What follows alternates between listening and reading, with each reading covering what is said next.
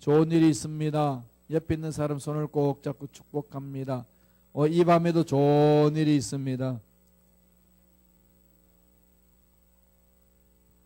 예, 좋은 일이 있어요. 자, 오늘은 새 창조와 새 예루살렘, 새로운 시대가 열리는데요. 가장 중요한 것은 이 천년왕국을 오늘은 어떻게 보느냐에 따라서 또 달라지죠.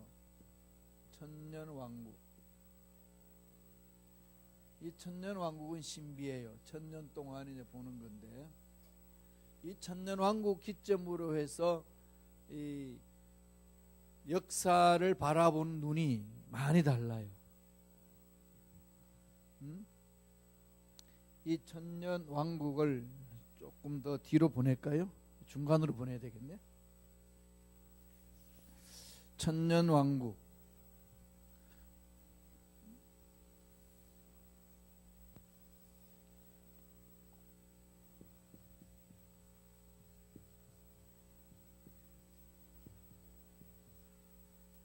천년왕국은 천년 동안에 주님이 다스리는 나라. 천년 동안 주님이 다스리는 나라. 이게 언제 오느냐는 거지. 이게 언제. 성경에는 천년왕국이라는 단어가 분명히 나와 있어요. 천년왕국이 나와 있는데, 이 천년왕국이 언제 올 것인가. 그냥 우리가 죽으면 말지 뭐, 이러면 참 인생이 뭐 그냥 한 번쯤 살아보다 가지 뭐, 용기 있는 사람 할 수도 있는데, 인생이 한번 살다 가는 게 아니니까 문제죠. 그죠?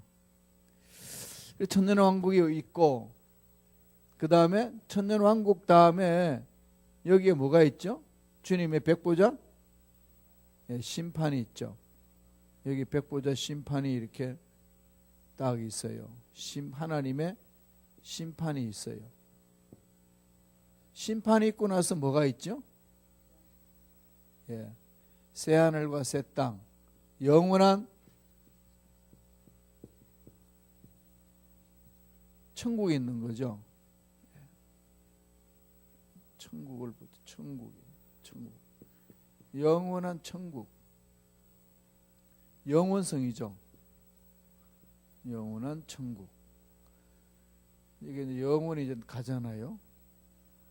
또 영원한 하나님 나라가 여기 있죠. 영원한 세계.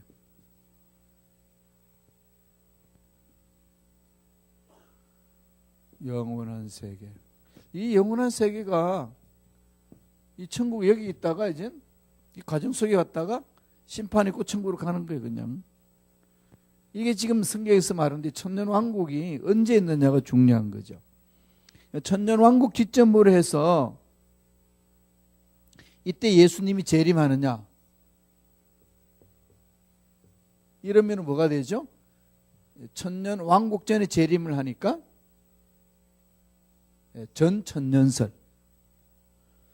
전천년설이라고 돼요. 천년왕국 전에 예수님이 재림하신다. 재림하시고 나서 천년왕국이 일어나는 거죠. 예. 이거를 전천년설. 이 부분을 이제 전천년설이라고 그래요. 전천년설. 그 전천년설은요, 두 가지가 있습니다. 전천년설 두 가지가. 그게 뭔가 하면은, 여기 이제 구약시대가 있고, 구약시대가 열려지고, 그 다음에 예수님이 십자가가 있고, 신약시대가 있잖아요. 구약이 있고, 신약이 있습니다. 십자가에서 초림이죠. 처음 왔어. 그리고 이게 여기 나오는 것이 이제 고난시대, 환란시대. 7년 환란시대입니다. 예수님이 이때 오시는 걸 전천년설인데, 이것은 역사적 전천년설. 역사적 전천년설. 그런데 예수님이 공중재림한다고 세운 게 있어요. 공중재림은. 공중재림. 재림을 두 번을 이제 믿는 건데, 이걸 뭘로 이야기하냐면은, 이거는 세대주의적 전천년설. 그러니까 세대주 전천년설은 재림이 두 번이 있어요. 재림 2회. 고난 전에 있고, 고난 전에 공중 재림이 있고, 그 다음에 고난 끝나고 나서 고난 후에 지상 재림이 있어요.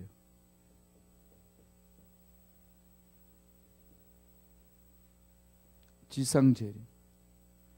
근데 이게 이때까지 많이 이 이야기를 믿어왔는데요. 성서적으로 근거가 너무 약해. 이 부분, 이 세대주의가. 여러분 지금 강의한 도표에 보면 첫 번째 나오는 것이 역사적 전천년설, 역사적 전천년설. 그러니 천년이 있는데 예수님이 먼저 재림하시는 거죠. 예수님이 재림하고 천년이 있는데 재림을 역사적 전천년설은 한 번만 있어요. 재림이. 그러나 세대주의적 전천년설은 재림이 몇 번 있죠? 두 번이 있어요. 공중 재림 있고 환란을 안 거치고 7년 동안 혼인 잔치한다고 믿어요.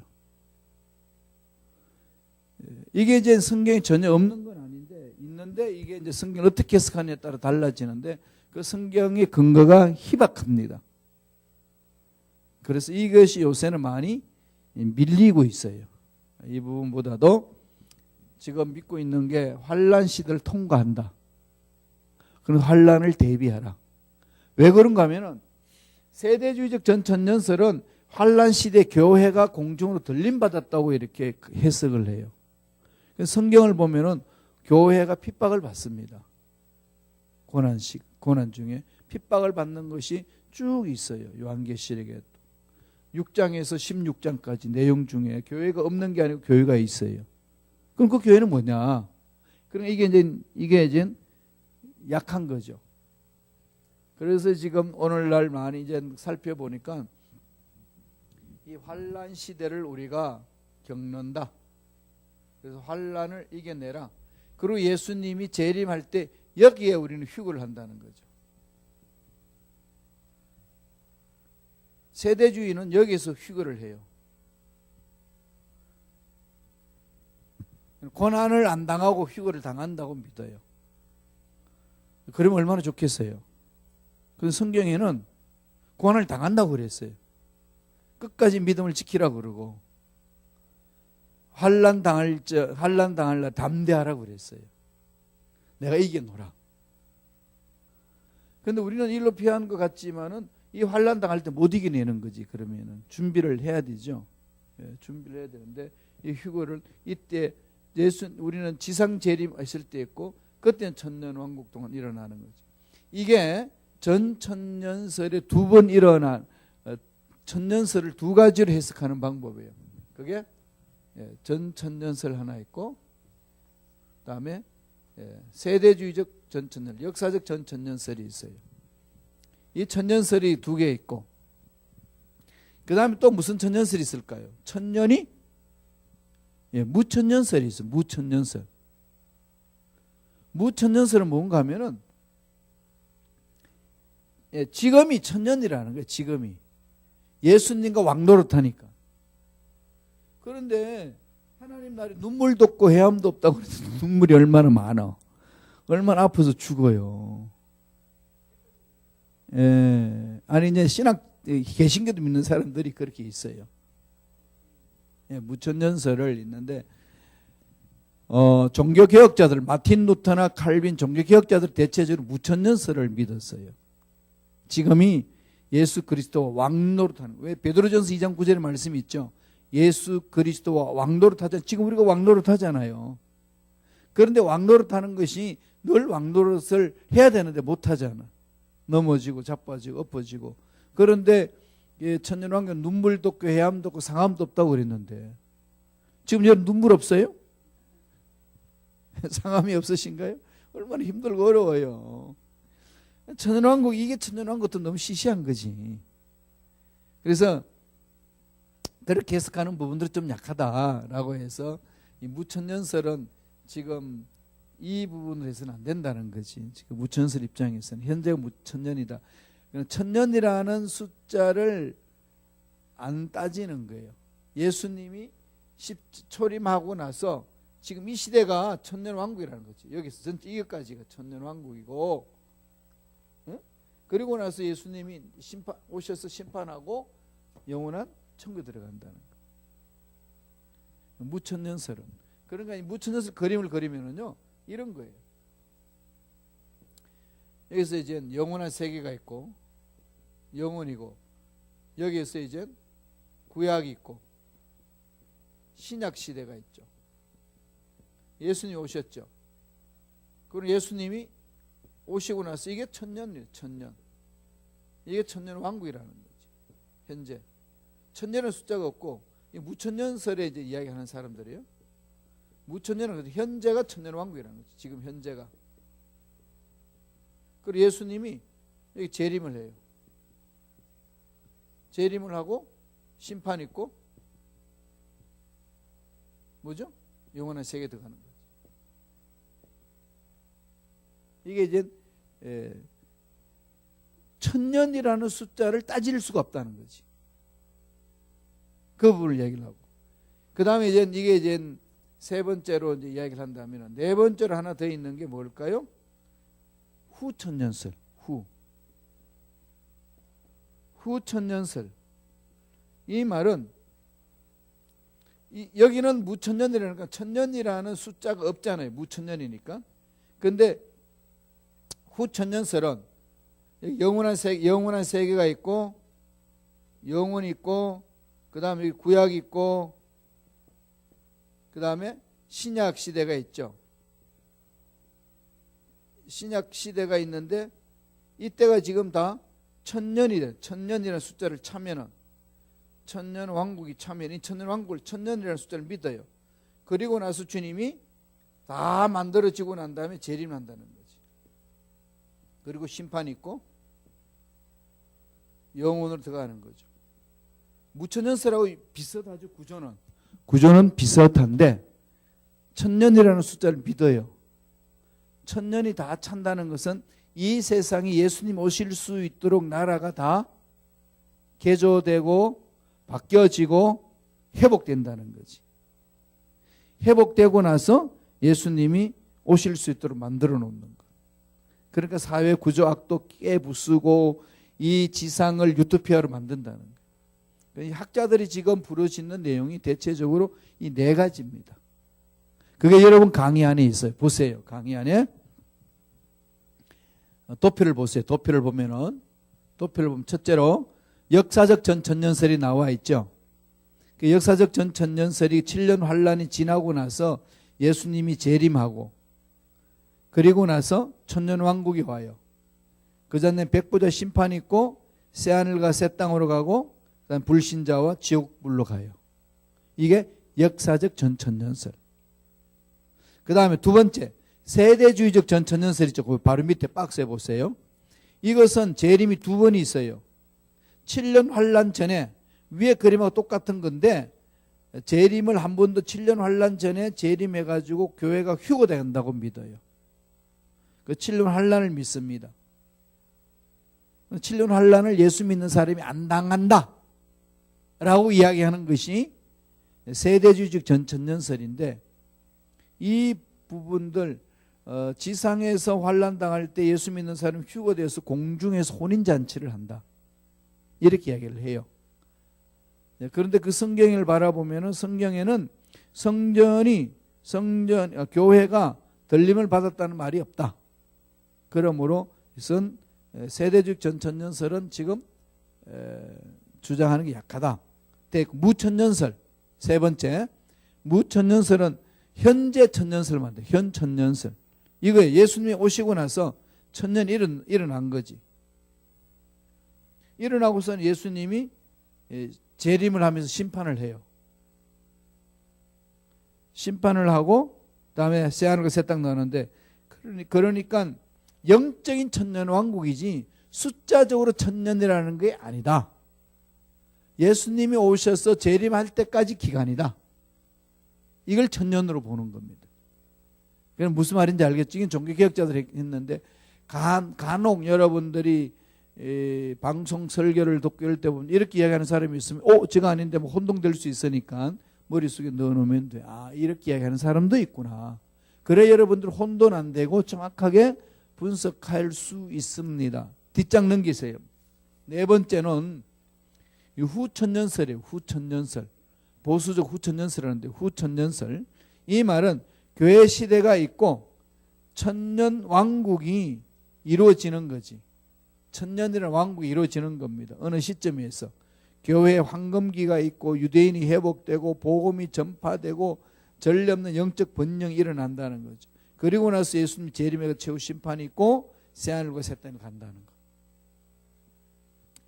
근데 이 무천년설이나 보수적 후천년설은 그렇게 자리를 잡기가 쉽지 않아요. 그래서 우리들은 역사적 전천설, 제일 먼저 제일 위에 올려놓은 거 있죠.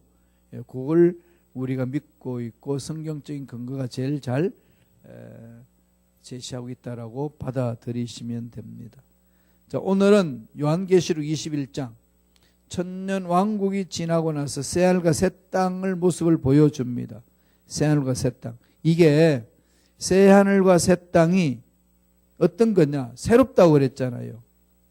새로운 땅인데 이게 천년 왕국 때 일어나는 모습인지 아니면 천년 왕국 이후에 있을 천국을 설명하는 건지 여러 가지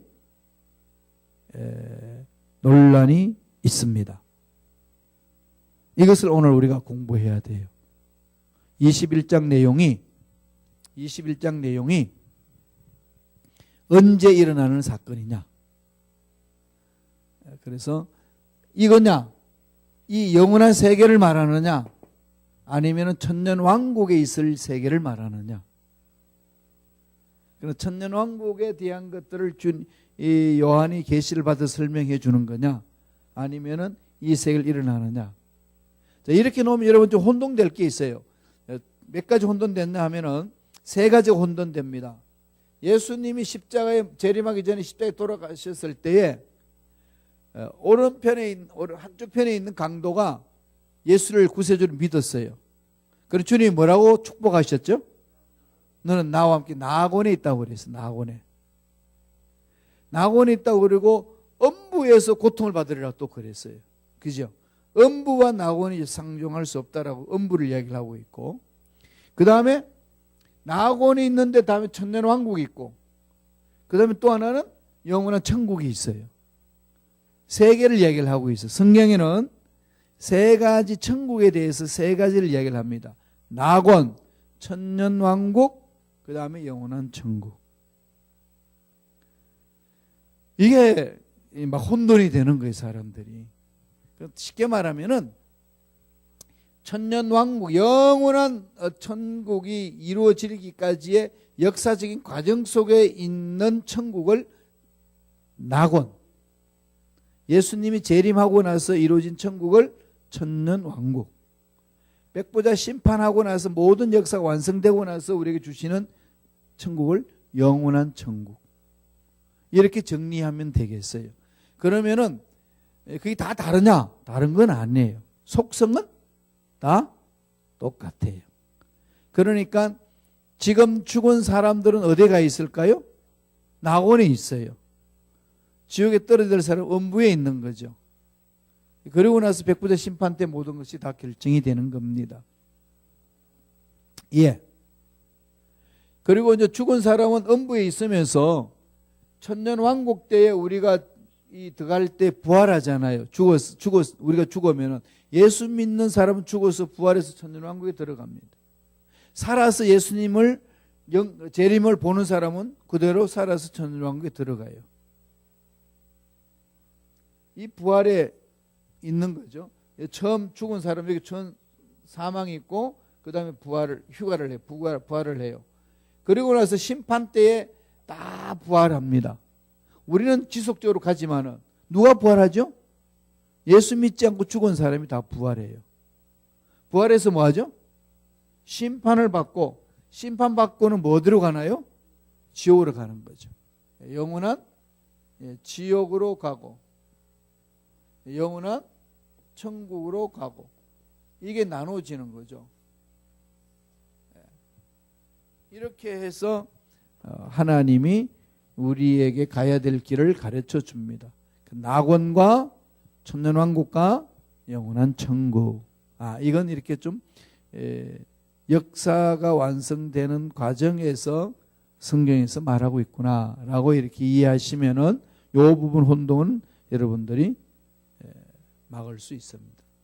자, 그래서 우리 성경 20장을 보지. 오늘은 21장이죠. 21장 3페이지에 있습니다. 성경 먼저 새 하늘과 새 땅, 새 예루살렘에 대해서 나오거든요. 자, 21장 1절 다 같이 한번 읽어봅니다. 시작. 또 내가 새 하늘과 새 땅을 보니 처음 하늘과 처음 땅이 없어졌고 바다도 다시 있지 않더라. 바다가 뭘 의미할까요? 세상, 그 다음에 고해 그러잖아요. 고해. 고통을 당하는 세상. 그러니까 고통을 당하는 세상이 없어져요. 이게 막 이게 막 기대가 되지 않나요? 막 힘들고 어렵다가도 이 바다가 없어지는 세상에 간다니까 소망이 있잖아. 안 드나요? 보너스 10,000불 받아야 기분이 좋나? 그것도 좋겠지만 더 좋은 건 영원한 것이 있는 거죠. 영원한 거죠. 이 새하늘과 새 땅. 새롭다는 거, 새. 이게 새롭다는 히브리 말로는, 헬라 말로는 두 단어가 있다고 그랬죠. 카이노스가 있고 네오스가 있습니다. 새롭다. 이 새롭다. 새 왕국 할 때에 주는 것이 새 것. 새롭다. 이 말 단어에는요. 하나는 카이노스. 두 번째는 네오스. 이게 있어요. 카이노스는 순간적으로 새로워지는 것. 순식간에 하나님이 새롭게 만들어버리시는 거지. 네오스는 점차적으로 만들어져서 새로워지는 거 있죠. 개선해 나가는 것. 이게 네오스입니다. 그러면 여기서 요한계시록에서는 새 하늘과 새 땅, 새롭다는 새 것이 뭘까요? 카이노스를 씁니다. 헬라 원어에서는 카이노스. 그래서 옛것이 없어지는 거예요. 완전 새는 것이. 그냥 여러분들이 그냥 틀리에 있는 거 다 없어지고 진짜 이빨이 나오는 거예요. 그냥. 가발한 것도 없어지고 그냥 정말 머리가 나오는 거지. 얼마나 좋아요. 그냥. 임플란트 있는 거 다 사라지고 정말 지빨 나오는 거예요. 척추 디스크 이거 있어가지고 고생하는 것도 없어지는 거지. 꼬부랑 할머니도 다 펴지고 소망이 있지 않나요? 그냥 이렇게 이 자체가 세상은 할 수 없는 그것. 하나님이 주신다는 거죠. 자, 21장 2절 보겠습니다. 다 같이 읽습니다. 시작. 내가 보매 거룩한 성 새 예루살렘이 하나님께로부터 하늘에서 내려오니 그 예배한 것이 신부가 남편을 단장한 것 같더라. 거룩한 성 예루살렘 어디서 내려오죠? 하늘에서. 천국에서 주신. 하늘에서 우리에게 새로운 걸 주신다는 거죠. 땅에 솟아나는 것이 아니라 만드는 것이 하나님이 주시는 것. 새 예루살렘 모습은 어떤 모습이죠? 신부가 남편을 단장한 것처럼. 그게 있는 거죠. 그건 이제 결혼식장의 신부가 면사포를 쓰고 하얀 드레스 입고 있는 모습. 이 모습을 서양 결혼식의 양식으로 형태로 만드는 겁니다. 그러니까 결혼식 하러 갈 때 그걸 결혼식 보면은 그걸 보시면 돼요. 우리가 저렇게 변화하겠다. 저렇게 부활체를 입고 주님을 기다린다. 신랑을 맞이하는 거죠. 3절 읽습니다. 내가 들으니 보좌에서 큰 음성이 나서 이르되 보라 하나님의 장막이 사람들과 함께 있으며 하나님이 그들과 함께 계시리니 그들은 하나님의 백성이 되고 하나님은 친히 그들과 함께 계셔서. 그러니까 하나님의 백성이 되는 거죠. 하나님이 함께 하는 거죠. 이제 얼굴과 얼굴을 맞대며 보는 거죠. 이때의 빛이 서로 다르다는 거지. 영광이. 4절 봅니다. 모든 눈물을 눈에서 그 눈 닦아주시니 다시는 사망이 없고 애통하는 것이나 곡하는 것이나 아픈 것이 다시 있지 아니하려니 처음 것들이 다 지나갔음이러라. 모든 눈물 어떻게 하죠? 그 눈에서 닦아주신다. 눈물이 하나님의 백성이 위로를 받는 거죠. 우리의 답답하고 어려운 것들이 다 위로함이 있습니다. 하나님의 손안에 위로함이 있는 거죠. 그래서 여러분 힘들고 어려울 때마다요, 하나님의 긍휼하심과 위로를 사모하세요. 그것만이 위로함을 받을 수 있어요. 이 세상 끝까지는 위로 안 됩니다. 하나님 100% 주셔야 되잖아요. 5절 봅니다. 보좌에 앉으신 이가 이르시되, 하나님이 선포하시는 거죠. 하나님이 선포하시고, 보라 내가 만물을 새롭게 하노라. 만물을 새롭게 창조하시는 거죠. 이르시되 이 말은 신실하고 참되니 기록하라 하시고. 만물을 새롭게 한다. 카이노스, 순간적으로 새로워지는 거죠. 오늘날 여러분, 저와 여러분들이 순간적으로 새로워진 사건이 있었어요. 언제 있었죠? 예수님을 구세주로 믿는 순간. 그게 어디에 나오죠? 고린도 후서 5장 17절. 고린도 후서 5장 17절에 뭐가 나오나요? 누구든지 그리스도 안에 있으면 새로운 피조물이라. 이전 것은 지나갔으니 새 것이 되었도다. 하나님이 새롭게 빚어준 거. 이 체험이 없이는요, 이 세상 신앙생활 못하는 거예요. 새로워지지 않습니다. 순간적으로 새로워지는 경험이 있으셔야 돼요. 그럼 새로워지고 나서 믿음을 가지고 있는 이상 그 새로움은 사라지지 않습니다. 그래서 그 새로움이 날마다 새로워져야 되는 거죠. 하나님이 주신 생명이 유지되는 방법은 믿음 안에서 유지되는 거예요. 믿음을 잃어버리면 빼앗길 수 있는 거죠. 일어섰다면 넘어질까 조심하라. 빼앗기지 않도록 하라는 거지. 그게 하나님의 창조의 능력의 손은 믿음 안에서 이루어지는 겁니다. 믿음 바깥에서 안 일어나요. 만약에 믿음 바깥에서 일어나면 하나님 예수님 십자가 못 박혀 죽으실 이유가 없는 거죠. 하늘에서 해버리면 되는 거야. 믿음이에요. 오직 믿음이라는 겁니다. 이걸 여러분 착각하지 마세요. 한 번 구원이 영원한 구원이 되는 것도 맞아요. 영원한 구원인데 그게 믿음 안에서 영원한 구원이지 믿음 밖에서 영원한 구원이 없습니다. 이걸 정확하게 아셔야 돼요. 많은 분들이 착각하시더라고. 믿음, 이 믿음 안에 있을 때 구원이지 믿음 밖에 내려서면 안 됩니다. 백슬라이딩이 되는 거지. 내가 놓치면은 끝까지 구원을 못 받을 수 있어요. 그럼 끝까지 배교하지 않고 견뎌내야 됩니다. 배교한 자들 못 들어간다고 그랬잖아요. 그래서 믿음 안에서 하나님이 나를 붙드신다. 하나님이 나를 붙들어 주신 믿음이다. 오직 믿음. 믿음 없이는 안 됩니다. 그래서 하나님의 약속의 말씀을 믿고 가는 거지요. 그래서 만물을 새롭게 한다는 거 아니겠습니까? 6절 보세요. 또 내게 말씀하시되 이루었도다.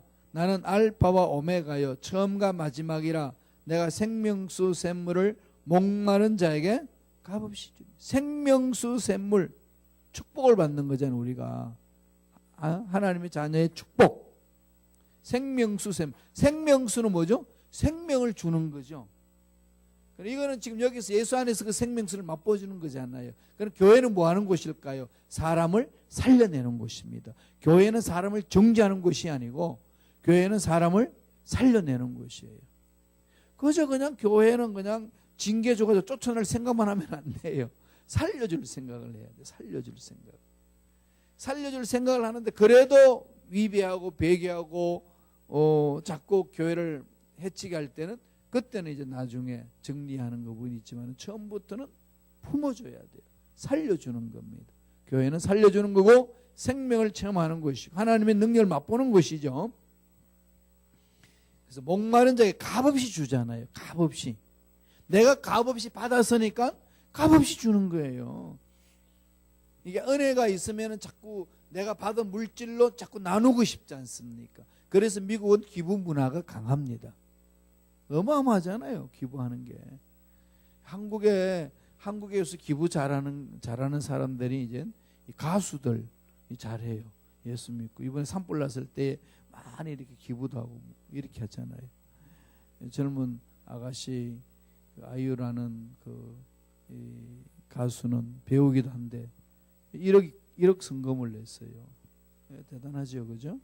근데 국회의원들 성금을 냈는데 1인당 20만 원씩 냈대요. 그래가지고 성금 내고 나서 요도 먹는 사람들이 지금 국회의원들이에요. 아니 20만 원이 뭐야?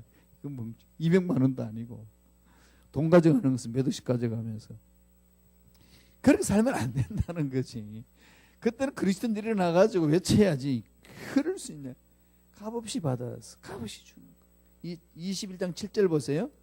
이기는 자는 이것들을 상속으로 받으리라. 나는 그의 하나님이 되고 그는 내 아들이 되리라. 그러죠? 이기는 자는 이것들을 이기는 뭐죠? 예수님의 십자가 은혜로 하나님 주시는 은혜로 이기는 거잖아요. 예, 우리는 예수 안에서 이긴 자입니다.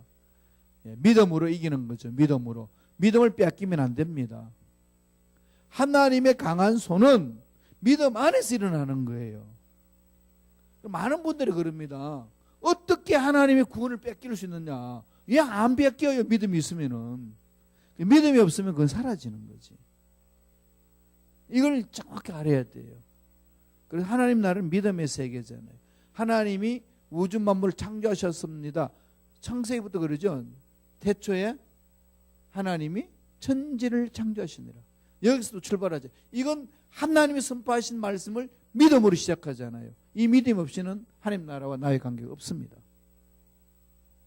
그래서 많이 하나님 능력이 많으신 분이 어떻게 우리 구원을 잃어버릴 수 있는데 그걸 착각하시더라고. 목사님들도 그렇게 하는 분들도 있는데 그건 아니에요. 우리는 믿음 안에서 능력이 나타나는 거지. 믿음 밖에서 나타난 거 아니에요. 그건 내가 믿음이 없으면 능력을 체험하지 못하는 거지. 능력이 없어서가 아니라고 그랬어 하나님은. 야, 손이 짧아서 못하냐? 내가 잠자서 못하냐? 너와 나 사이에 관계가 깨어졌다. 죄악으로. 너희들이 믿음을 못 가지니까 하나님 능력이 나타나지 않는다는 거죠. 그럼 우리의 능력, 하나님 능력은 우리에게 임하는 것은 오직 어디에서 나타나죠? 믿음 안에서. 믿음은 말씀 안에서 이루어진 겁니다. 8절 보죠. 다 같이 한번 읽어볼까요? 읽습니다. 그러나 두려워하는 자들과 믿지 아니하는 자들과 흉악한 자들과 살인자들과 행음자들과 점술가들과 우상 숭배자들과 거짓말하는 모든 자들은 불과 유황으로 타는 못에 던져지리니 이것이 둘째 사망이라. 그렇죠? 이게 하나님 나라에 들어가지 못하는 자가 뭐죠? 예, 하나님 나라에 들어가지 못하는 자가 믿지 못하는 자. 예, 믿지 못하는 예수 그리스도를 믿지 못하는 자. 이들은 하나님 나라에 들어가지 못합니다. 이들은 둘째 사망이 일어나는 거죠. 이미 부활을 해도 심판을 받기 위해서 부활하는 거지. 영원한 지옥에 들어가기 위해서 부활하는 거지. 영원히 천국에서 들어가는 것은 아니다는 것. 이걸 우리가 늘 만판에 새기니까 세상 문제 앞에 우리는 당당해 쓸 힘이 있습니다. 이 힘이 여기 영원한 천국을 바라보지 못하면은요 힘들어서 못 가요. 힘들어서. 그죠? 늘 이걸 바라보셔야 돼요. 이걸 늘 바라보시면서 가셔야 우리가 올바로 신앙생활을 할 수 있는 거죠. 이것도 없어지고 이렇게. 그죠? 네. 이 머릿속에 늘 넣어놓으세요. 아, 영원한 천국, 영원한 간데 이게 참 여러분 이렇게 육체를 입고 산다는 게 신비 아니에요?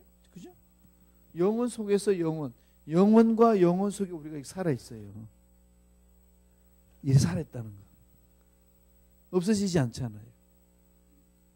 영원한 속에 있거든요. 지금 저와 여러분들이 죽는 사람이 어디가 있을까요? 어떤 모습으로 있을까요?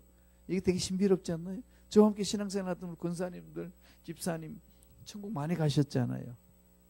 어떤 모습으로 있으실까? 여러분 궁금하지 않나요? 그럼 나는 어떤 모습으로 갈 것인가? 이게 육체를 입고 그것을 생각하면서 삶을 준비한다는 것은요 복 중에 복이에요. 근데 내가 어떤 모습으로 여기 갈 것인가 라고 생각하면은요 지금 이 삶을 어떻게 갖고 올 것인가 답이 나오잖아요. 뭐 힘들다, 어렵다, 문제 있다, 이거 뭐 중요한 거 아니에요. 그럼 다 끊어버릴 수 있는 힘이 생깁니다. 이게 자꾸 흐리멍텅해지면은 시시콜콜한 것이 다 눈에 들어오고 귀에 들어오고 그냥 걸려요. 힘듭니다. 그럴수록 자꾸 어디로 가야 되죠? 세상에 문제가 있으면요 세상의 문제를 가지고 몸부림치지 마세요.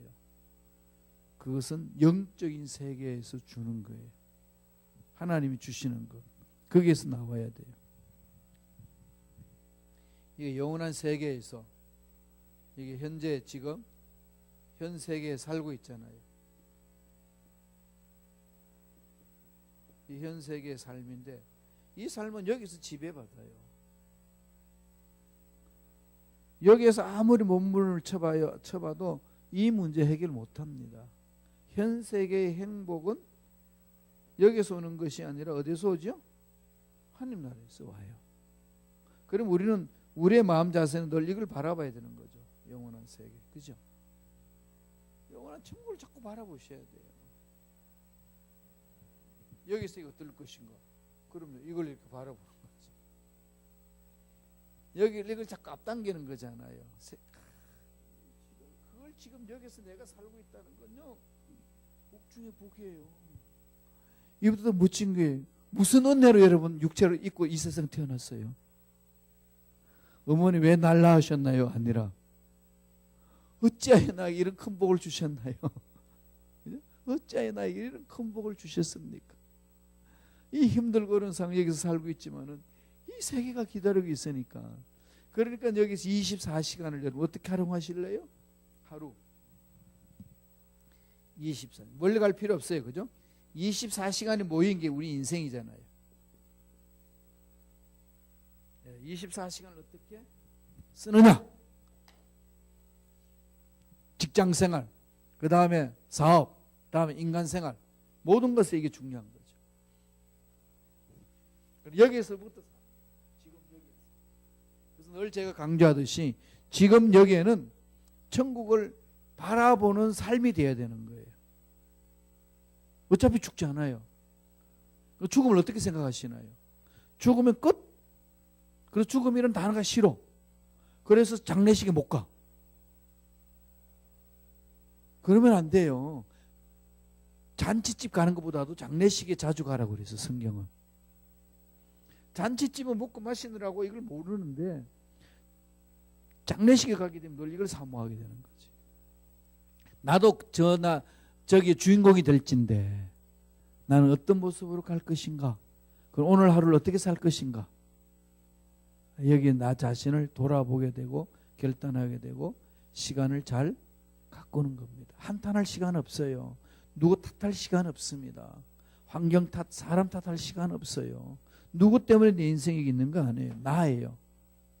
하나님이 나를 여기에 살게 만들어 주신 거거든요. 이게 늘 우리 속에 있어야 되는데 마귀들은 그걸 보지 못하게 해요. 그걸 보지 못하게 하고 눈에 보이는 것에 마음 다 뺏기고 시간 다 뺏기고 에너지 다 뺏기게 해가지고 기진맥진해서 허무함을 느끼게 공허함을 느끼게 하고 도대체 인생이 뭔가 신앙생활이 뭔가 엉뚱한 생각을 갖게 만드는 거죠. 영적 전쟁이라고 그랬잖아요. 싸우셔야 돼요. 믿음으로. 그래서 늘 이걸 보셔야 돼요. 근데 여기의 행복은 여기서 오는 거예요. 영원한 세계에서 와서 영원한 세계로 가는 거지 여기에서 몸부림친다고 되는 거 아닙니다. 다만 몸부림치는 걸 뭘까요? 나를 보내신 주님의 뜻을 깨닫는데 그게 집중해야 되는 거죠. 그것만이 우리가 살 길이에요. 자, 그 다음에 새 예루살렘을 볼까요? 21장 9절. 예. 7 대접을 가지고 마지막 7 재앙을 담은 7 천사 중 하나가 나와서 내게 말라여 이르되 이리 오라. 내가 신부 곧 어린 양의 아내를 내게 보이리라. 어린 양의 신부를 보인다는 거죠. 어린 양의 아내, 어린 양의 아내를 내게 어린 양의 신부. 하나님이 우리를 이제 천국에서 영원히 살 수 있도록, 그죠? 하나님이 만들어 주시는 거죠. 어린 양의 신부. 그 다음에 이 10절 봅니다. 읽어볼까요? 다 같이. 성령으로 나를 데리고 크고 높은 산으로 올라가 하나님께로부터 하늘에서 내려오는 거룩한 성 예루살렘을 보이니, 그죠? 예루살렘을 보이니, 예, 높은 산으로 올라가는 거죠. 하나님께로부터 하늘에서 내려오는 거룩한 성, 우리가 영원히 살 수 있는, 하나님과 교제하며 살 수 있는 그곳, 하나님과 얼굴을 맞대면서 지낼 수 있는 그곳. 그게 어떤 곳이 있는지 볼까요? 11절. 하나님의 영광이 있어 그 성의 빛이 지극히 귀한 보석 같고 벽옥과 수정같이 맑더라. 예, 성전에 계신 하나님의 영광입니다. 영광. 그리고 성전에 고귀한 거죠. 모든 보석으로 되어 있어요. 그럼 이 땅에서 보석 만들어서 가져갈 필요가 전혀 없어. 은행에 보석 넣어놓고 살아도 아무 필요가 없어. 그 보석을 만들기까지 내 삶을 가꾸는 게 중요한 거예요. 교회에서 신앙생활을 헌신하면서 힘들고 어려운 중 그 자체가 내 삶의 가치가 아니라 그런 과정 속에서 예수를 만나는 거예요. 예수를 닮아가는 거죠. 모든 것이 그게 집중되셔야 돼요. 12절로 넘어갑니다. 4표절 넘어갈게요. 크고 높은 성곽이 있어 12문이 있는데 문에 12천사가 있고 그 문들 위에 이름을 쓰으니 이스라엘 자손 12지파의 이름들이라. 누구죠? 하나님 믿는 자녀들의 모습이 다 기록되어 있습니다. 성곽의 모습이 크고 높은 성곽이 있고 12문이 있고 성곽의 출입문이 있죠. 모든 지파들이 하나님을 믿는 자녀들이 다 모여든다는 거죠. 13절 동편의 세 문, 북편의 세 문, 남편의 세 문, 서편의 세 문이니 그러니까 12분이라는 거죠. 14절 갑니다.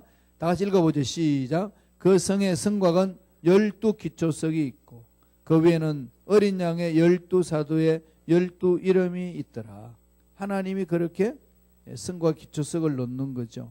12기초석이 놓고 12 이름이 있더라. 하나님이 선택한 종도를 통하여서 일을 이루시고 천국을 이루어주신다는 것. 15절 읽어보죠. 다 같이 시작. 내게 말하는 자가 그 성과 문들과 성곽을 청량하려고 금갈대자를 가졌더라. 엄청나게 큰다는 것을 보여주는 거지요. 16절 그 성은 네모가 반듯하여 길이와 너비가 같은지라 그 갈대로 그 성을 청량하니 1만 2천 스타디온이요 길이와 너비와 높이가 같더라. 정방형의 삼각형이에요.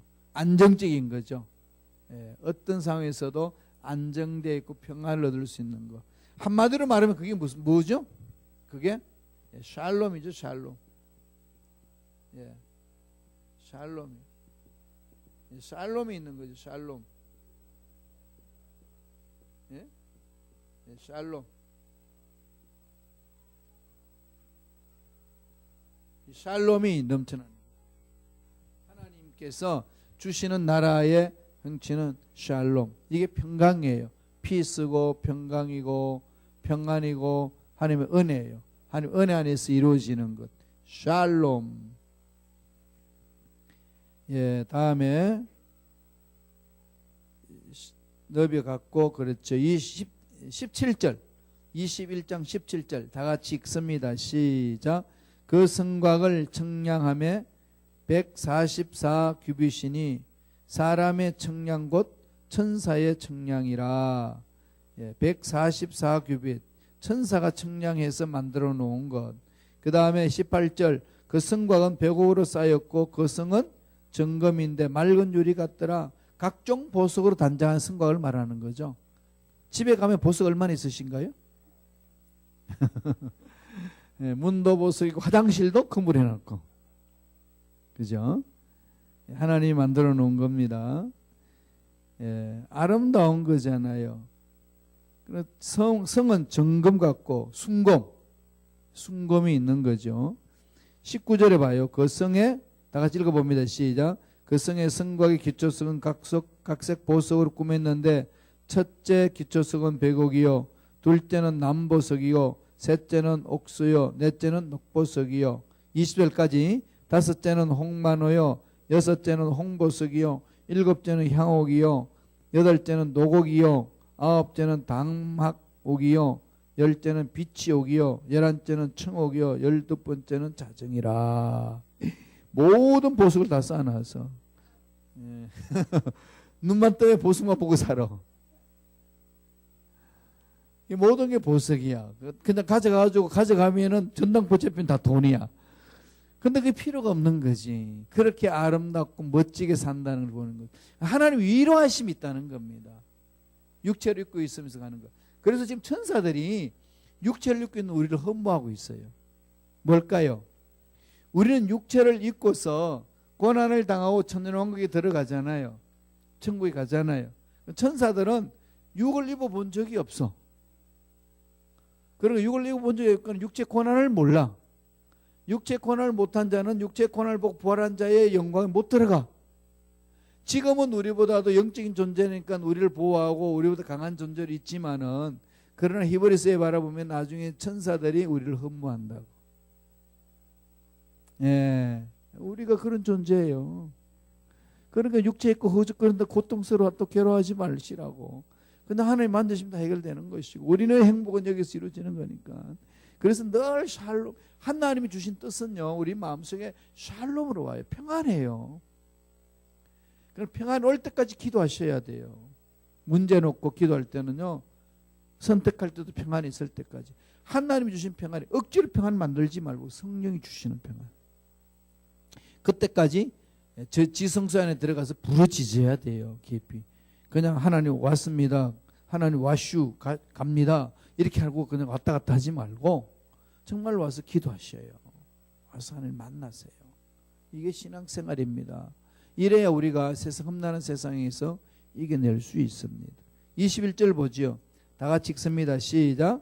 그 12문은 12진주니 각문마다 한 개의 진주로 되어 있고 성의 길은 맑은 유리 같은 정금이더라. 진주의 뜻은 뭐죠? 눈물이잖아요. 눈물.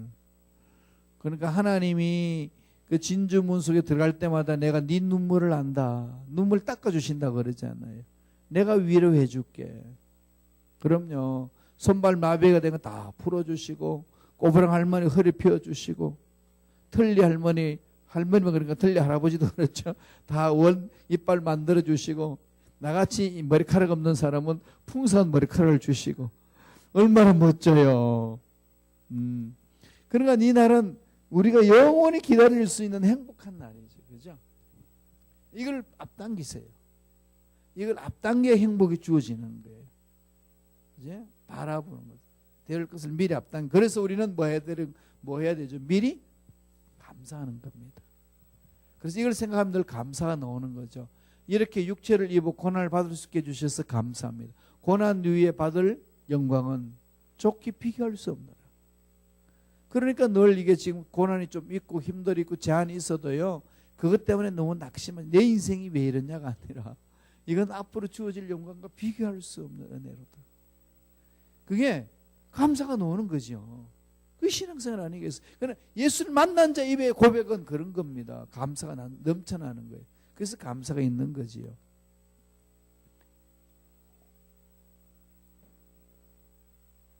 다음 22절입니다. 다 같이 읽어볼까요? 시작. 성 안에 내가 성전을 보지 못하였으니 이는 주 하나님 곧 전능하신 이와 어린 양이 그 성전이. 그러니까 성전이 따로 없어. 광활한 거죠. 광대한 겁니다. 어마어마한 거죠. 이거 여러분 상상할 수는 있겠어요? 우리 머리로? 안 됩니다. 23절을 보세요. 그 성은 해와 달의 비침이 쓸데없으니 이는 하나님의 영광이 비치고 어린 양이 등불이 되십니다. 이제 뭐가 필요 없어요? 해와 달이 필요 없어. 근데 하나님이 비치시니까 다 보이는 거죠. 여기는 눈이 밝네, 눈이 어둡네, 눈이 보이네 안 보이네 할 필요 없어요. 귀가 들리네 안 들리네 할 필요 없어. 보청기도 필요 없고 안경도 필요 없어. 틀도 필요 없고 임플란트도 필요 없고. 이게 하나님 주신 은혜 아니겠어요? 24절입니다. 다 같이 읽습니다. 시작. 만국이 그 빛 가운데로 다니고 땅의 왕들이 자기 영광을 가지고 그리로 들어가리라. 이거 보세요. 땅의 왕들이 자기 영광을 가지고. 부활체 영광이 다르죠? 고린도전서 15장을 써놓으세요. 그게 고린도전서 15장을 보면은 부활장인데 그 부활의 영광이 다 다릅니다. 이걸 사모하는 자들은 이 세상에서 그 영광을 사모하면서 달려갈 수 있는 거지요. 예. 땅의 왕들이 자기 영광을 가지고, 자기 영광이 다 다른 거지. 그죠? 자기 영광이, 각각 영광이 있어요. 어디서 만들죠, 그게? 이 땅에서. 육체를 입고 있으면서 얼마나 주님 말씀에 순종하며 주를 위하여 헌신하는 따라서 자기 영광이 만들어지는 거 아니겠어요? 하나님이 주시는 부활체를 입습니다. 다 같이 읽습니다. 25절. 낮에는 성문들을 도무지 닫지 아니하려니 거기에는 뭐가 없습니다? 밤이 없어요. 밤이란 게 뭐죠? 고난, 어둠이 없는 거죠. 거짓이 없습니다. 그래 천년왕국이 보세요. 이 땅에서 우리가 어둠도 없고 거짓도 없고 상함도 없고 다음에 어려움도 없으면 이 세상 삶이 어떻게 했어요? 행복하겠죠. 그럼요. 마음껏 다닐 수 있고 지낼 수 있고 찬양할 수 있고 살 수 있는 것. 26절 읽습니다. 사람들이 만국의 영광과 종기를 가지고 거리로 들어갔겠고, 예, 만국의 영광과 종기를 가지고 들어가는 거죠. 예, 세마포를 입고 하나님 주시는 영광이 있습니다. 27절 다 같이 읽어보죠. 시작. 무엇이든지 속된 것이나 가정한 일 또는 거짓말하는 자는 결코 거리로 들어가지 못하되 오직 어린 양의 생명책에 기록된 자들 뿐이라. 생명책에 기록된 자들은 누구죠? 예수 믿는 사람들. 예수님의 생명이 있는 사람들. 예수님의 생명이 있는 사람들이죠. 이걸 자꾸 묵상하면은요 힘이 나잖아요. 예. 자, 5페이지 20장이 아니네. 21장이네. 잘못됐어요. 그 20장 쓴 거. 21장의 난해한 구절입니다. 새하늘과 새 땅, 거룩한 성과 새 예루살렘, 12보석의 기초석. 이게 무슨 의미하는 건지 보지요. 새하늘과 새 땅은 무엇을 상징하는가? 영원한 하나님 나라 천국을 상징하는가? 아니면은 천년 왕국의 연속인가? 요한계시록을 종국을 향해 치닫는 21장에 언급된 새하늘과 새 땅이라는 것은요 축복의 용어로 쓰여졌습니다. 새로운 창조, 천국을 상징하는 것은 아닙니다. 하나님 보시기 심히 좋았던 옛 창조가 사탄에 의해서 더럽혀짐으로 무질서와 부패의 온상이 되었던 것은 마지막 아담인 예수 그리스도를 인하여 새롭게 질적으로 변화된 천년 왕국의 연속성을 상징하는 거죠. 20장에서 천년 왕국 입성을 기록한 후 21장에서는 그 왕국에 대한 내용들을 확대하여 우리에게 전가하고 있는 것. 20장에 천년 왕국이 나오죠. 그럼 21장에는 천년 왕국 내용들이 어떤 것인지 보여주는 거죠. 예, 확대하는 것. 따라서 이 내용은 피조물에 고대하는 바인 장차 나타날 영광으로서 그리스도의 재림 후에 있을 천년 왕국을 상징합니다. 왜냐하면 하나님이 지으시고 보시기 좋았던 에덴 동산이 뱀의 유혹으로 말미암아 더럽혀지고 사망이 왕노릇하게 되었을 것을 마지막 아담이신 예수 그리스도를 위하여서 회복되는 것이 바로 새하늘과 새 땅이기 때문입니다. 그러므로 새하늘과 새 땅은 옛 질서가 회복되는 천년 왕국을 상징한다는 것. 천년 왕국에서 있을 은혜가 임하는 거죠. 그래서 천년 왕국 기다려지잖아요. 그래서 지금 이 시대가 천년 왕국이라는 말은 아니라는 거지. 두 번째, 거룩한 성 새 예루살렘 성. 자, 거룩한 성 새 예루살렘 무엇을 상징할까요? 현재와 장차에 있을 이상적인 교회를 상징할까요? 아니면 천년 왕국에 있을 수도를 상징할까요? 아니면 천년 왕국에 참여할 성도를 상징할까요? 예, 천년 왕국의 성도를 말하는 거죠. 6페이지 보세요. 해석해 놨습니다. 하늘로부터 내려오는 새 예루살렘은 우리 주님이 강림하실 때에 그리스도 안에서 잠자는 자들은 부활하고 살아남은 자들은 휴거되어 천년 왕국에 입성할 영화롭게 된 성도의 변화체들의 모임인 교회를 상징하는 겁니다. 부활체를 입은 사람들이에요. 그리고 지상에서 주 예수 이름으로 모인 곳, 곧 주는 그리스도시요 살아계신 하나님의 아들이라는 신앙 고백이 위해 세워진 교회라고 하듯이 마지막 날에 부활하고 휴거되어서 영화롭게 변화된 성도들의 모임인 거룩한 교회의 모습을 하늘로부터 내려오는 새 예루살렘으로 묘사하는 것입니다. 이 설명구인 어린 양의 아내 하늘에서 내려오는 거룩성 예루살렘, 이 성이 영화롭게 된 성도들, 거룩한 성도들의 모임인 교회를 상징하는 것. 그러니까 이 교회가 환란을 통해서 환란 시대를 거쳐서 완성되는 거지요. 그러니까 지금 이 시대의 교회가 중요한 거죠. 이 교회를 우리가 지켜야 되는 거, 이유가 거기 있는 거 아니겠어요? 교회에서 하나님과의 사랑을 맛보는 것이, 그는 교회는 싸움터가 아니에요. 교회는 서로 사랑하고 서로 높여주고 서로 세워주고 서로 변화받는 곳이에요. 꼭 명심하세요. 생각이 변화받고 말이 변화받고 삶이 변화받는 것, 이게 교회입니다. 왜? 환란을 통해 가지고 훈련받고 나서 천년 왕국에서 영원토록 지낼 수 있는 복을 누리는 거지. 행복한 자리죠. 예. 그 다음에 마지막으로 12보석의 기초석. 아까 읽어봤죠? 19절에서 20절. 12보석 기초석입니다. 각각 보석을 했는데 벽옥. 난 보지도 못했어. 남보석, 옥수, 녹보석, 홍만호, 홍보석, 황옥, 녹옥, 담황옥, 비치옥, 청옥, 자수정. 봤어요? 본 것도 있고 안 본 것도 있고 그러죠. 옷걸음에 몇 개 달고 있기도 한데 그건 이게 비교되겠어요? 12보석은 무엇을 상징할까요? 대제사장의 흉패를 상징하는가? 아니면 두로왕의 복장이 있는 보석을 상징하는가? 아니면 12궁의 12보배를 상징하는가? 아니면 성도의 보배성을 상징하는가? 그러죠? 하늘로부터 내려온 거룩한 성 예루살렘의 기초가 되어 꾸며진 12보석의 의미는 하나님의 부르심을 받은 성도들의 무리가 12사도의 사도적 계승권이 위에 세워졌으며 그 가치는 이 세상의 어떤 보배로도 다 배워서 할 수 없을 만큼 고귀한 것임을 상징하는 것입니다. 아울러 이 12보석으로 꾸며진 성의 기초성은 형언할 수 없는 하나님의 영광으로 가득 차 있음을 상징하는 것입니다. 뿐만 아니라 이때가 되면은 하나님의 은혜로 말미암아 구원함을 받은 성도의 위치가 얼마나 고귀한 것인가를 실감하게 될 것입니다. 할렐루야. 예수 안에서 새 존재 입었다는 건 그만큼 감격함이 있어요. 그러니까 겉으로 보기에는 보잘것없는 것 같아도 이 속은 뭐죠? 새 존재. 그럼 오늘 주무실 때 이 새 존재가 잔다는 거. 하나님의 은혜와 깊은 은혜를 체험한다는 거. 교회 올 때마다 그냥 언제까지 이 교회를 다녀야 되나 그러지 말고 새 은혜 속에서 풍성히 누린다는 것 잊지 마시기를 축원합니다. 예, 이 은혜가 있는 사람은 기쁨이 있죠. 말씀하세요. 예.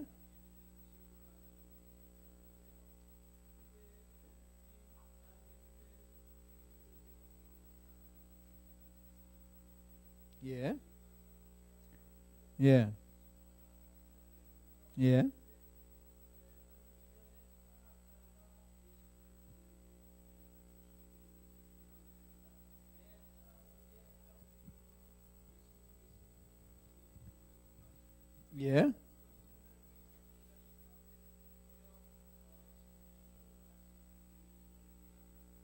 예. 이게 지금 이제 가장 중요한 우리 부분들이죠. 이 심판대 요소들 다 와요. 그죠? 그래 생명책이 있느냐 없느냐 이 부분이죠. 그 다음에 행위책. 문제는 생명책에 예수님 이름이 있어야 생명이 들어가는데 예수님이 이 세상에 오신 지가 2000년 전이야. 이순신은 그 당시에 있긴 있었지만 이순신 장군은 몰랐어. 그 양반은 훌륭한 일을 해놔놓고 지옥 가야 돼요? 그냥 막 그게 동하나요? 이런 부분들에 대해서 우리들이 알 수 있는 것은 딱 하나. 예수를 믿으면 천국, 예수를 믿지 않으면 지옥 이거예요. 두 번째는 예수님을 알지 못하는 사람들, 또 예수님이 이 지상에 오시기 전의 사람들은 어떻게 할 것인가? 그게 바로 나중에 이 행위 양심 심판이라는 게 있어요. 양심. 그 양심 심판을 성경에서 말하는 거죠. 하나님이 그 양심 심판을 하는 건데 그것은 기준은 하나님이 정하시는 거지. 오늘날 우리가 심판받느냐 안 받느냐 기준 어디에 있죠? 예수님의 십자가. 예수님의 십자가 전의 사건은 우리 모르는 거지. 그건 양심의 심판인데 그 양심의 기준은 하나님 마음. 하나님 마음이 있는 거죠. 거기에서 이제 이루어지는 부분으로 성서는 해석하고 있어요. 그래서 양심 심판으로 어떻게 받는 그 부분들에 대해서는 하나님이 정하시는 거죠. 우리는 예수 그리스도 믿었냐 안 믿었냐 그것도 하나님 판단하시잖아요. 그죠? 그럼 우리 신앙이 좋다 안 좋다 그것도요 우리 눈으로 못 보는 거예요. 하나님 눈으로 보는 거지. 다만 우리가 정확하게 말할 수 있는 것은 예수 그리스도 믿는 사람은 구원받는데 그 구원받는 기준은 하나님이 정해 주시는 거죠. 그럼 우리는 할 수 있는 보편적인 구원이 뭐죠? 믿음으로. 그래서 오직 믿음이죠. 그럼 그 믿음을 어떻게 가져야 되죠? 예수님이 나를 위해서 해주신 사건이 뭔지를 말씀을 통해서 체험하셔야 돼요. 그래서 형식적으로 이렇게 믿는다 이런 차원이 아니라 구체적으로 그 예수님 십자가의 은혜를 체험해야 돼요. 그럼 교회는요, 교회에 왔다 갔다 한다고 구원받는 건 아니에요. 구원받을 수 있는 길을 열어준 거죠. 구원받을 수 있는 기회를 많이 주신 거지. 그럼 여기서 뭐 해야 되죠? 여기서 서로 짜증내고 쌈박질하는 것이 아니고 여기서는 뭐 해야 되죠?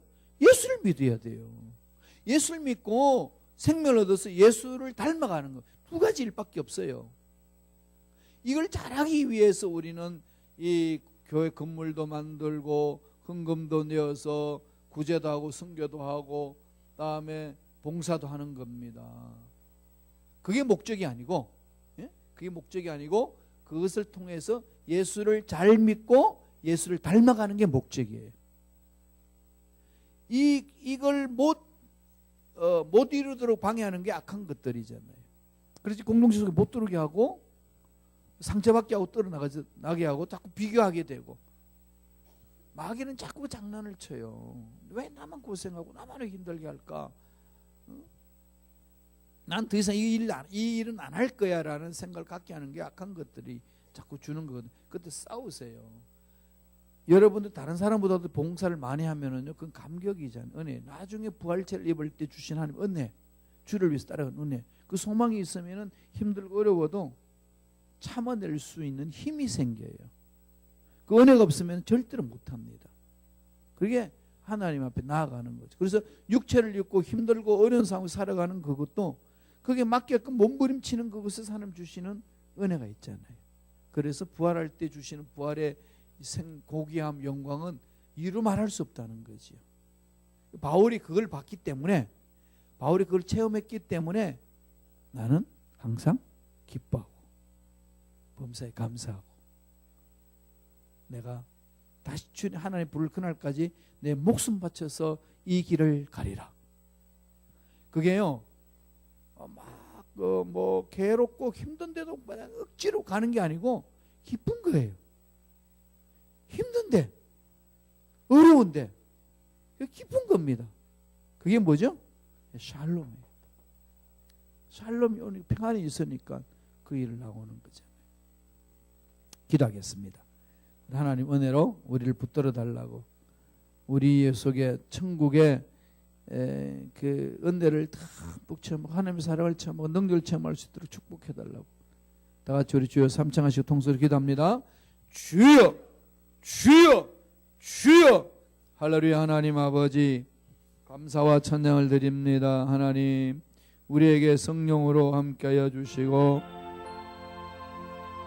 성령의 기름 부으심이